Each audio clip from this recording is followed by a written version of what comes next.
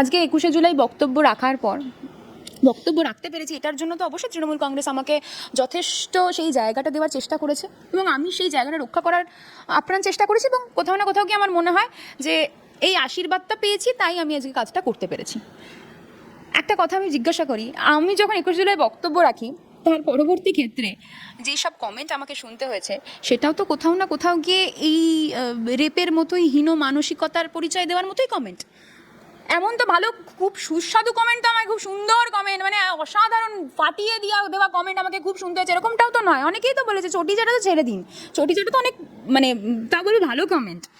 কোনো একটা ফেসবুকে ফটো দিলে সেই ফটোর নিচে যে নোংরা কমেন্টগুলো থাকে, তো কোথাও না কোথাও কিন্তু আমাকে বলতে বাধ্য হবে যে আমাদের দল, সেই দলে সুপ্রিমো একজন মহিলা, এবং আজকে আমাদের দলে মহিলাদের কোথাও না কোথাও গিয়ে এইসব কমেন্ট শুনতে হয়। বাংলা হান্টের আরও খবর দেখতে নজর রাখুন।